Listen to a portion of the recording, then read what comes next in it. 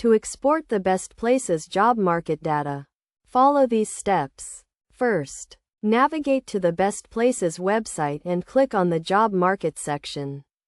This will take you to a page with various job market data and statistics. Next, select the city or region you are interested in and choose the specific data you want to export, such as job growth rates or employment numbers. You can usually find an export option, often in the form of a button or link, on the top or bottom of the page.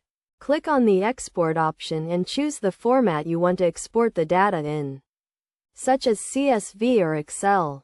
You may also have the option to select specific data fields to include in the export. Once you have made your selections, click the export button to download the data to your computer.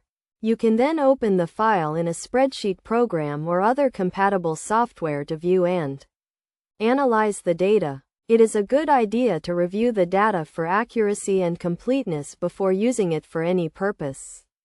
You should also be aware of any usage restrictions or requirements for citing the source of the data. By following these steps, you can easily export the Best Places job market data and use it to inform your decisions or research.